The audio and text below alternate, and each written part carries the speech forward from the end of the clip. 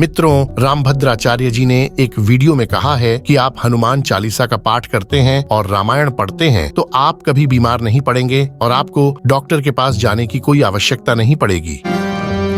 हनुमान चालीसा में कुछ अशुद्धियां छप गई थी।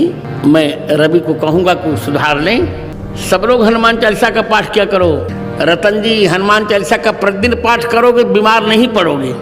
प्रतिदिन रामायण हनुमान चालीसा का पाठ करो और प्रतिदिन एक दोहा रामायण जी का पाठ करो, बिल्कुल नहीं बीमार पड़ोगे, चकाचक और मोटे हो जाओगे। सबसे बड़ा उत्सव हमारे अयोध्या में मेरा ही हो रहा है। 1008 कुंडी हनुमान यज्ञ हो रहा है। 2100 ब्राह्मण अनुष्ठान करेंगे और बहुत खर्च किया जा रहा है। लगभग अरबों रुपयों का खर्च हमारे यहाँ हो रहा है। इतना बड़ा उत्सव किसी का हो ही नहीं रहा है मेरे अतिरिक्त। और यहाँ अमृत महोत्सव भगवान राम ही मेरा मना रहे हैं, तो उनकी गवाही, मेरी गवाही ने उनका निर्णय दिलवाया था। इससे मित्रों, लेकिन पर उपदेश कुशल बहुतेरे की तर्ज पर जब हाथरस में कथा कहने के दौरान रामभद्राचार्य जी बीमार पड़े तो उन्हें तत्काल आगरा अस्पताल ले जाया गया। वहां से एयरलिफ्ट करके उनको देहरादून लाना पड़ा। तो उनके आलोचक इस बात को दृढ़ता से उठा रहे हैं कि रामभद्राचार्य जी शायद हनुमान चालीसा का पाठ नहीं करते, केवल दूसरों को पाठ करने का उपदेश देते हैं, इसीलिए वह बीमार पड़ गए हैं। क्योंकि अगर वह हनुमान चालीसा का जाप करते और रामायण का नियमित पाठ करते तो उन्हें डॉक्टर के पास जाने की आवश्यकता नहीं रहती। मित्रों, स्वामी प्रसाद मौर्य ने रामभद्राचार्य जी पर कटाक्ष करते हुए क्या कुछ कहा, जरा आप ही सुनिए। रामभद्राचार्य जी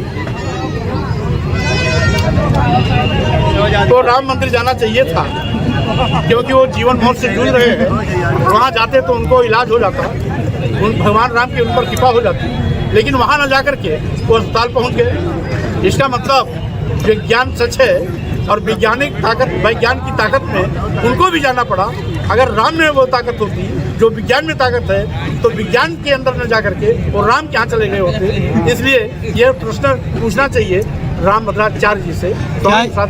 मित्रों, कहते हैं दुआ की तरह अक्सर बद्दुआ भी काम आती है। दलितों को नीच कहने वाले रामभद्राचार्य जी को शायद दलितों की बद्दुआ लग गई और इस कारण वह बीमार पड़ गए और उन्हें अस्पताल भी जाना पड़ा। जो राम जी को नहीं भजता वो चारों वर्ण चमार है। वो जो राम जी को नहीं भजता वो चारों वर्ण चमार है। वो राम को भजने वाला उत्तम और चाम को भजने वाला नीच। राम को भजने वाला उत्तम और चाम को भजने वाला नीच।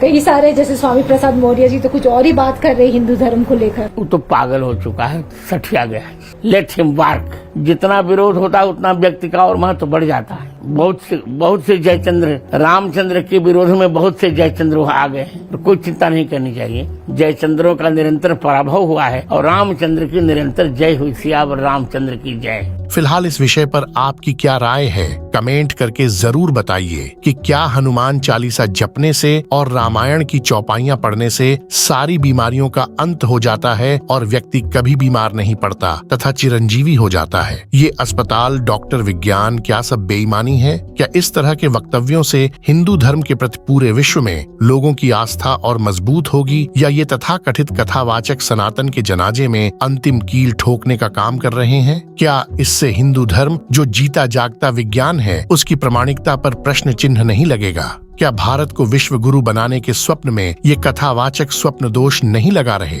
अपना विचार कमेंट में जरूर रखिएगा। धन्यवाद मित्रों।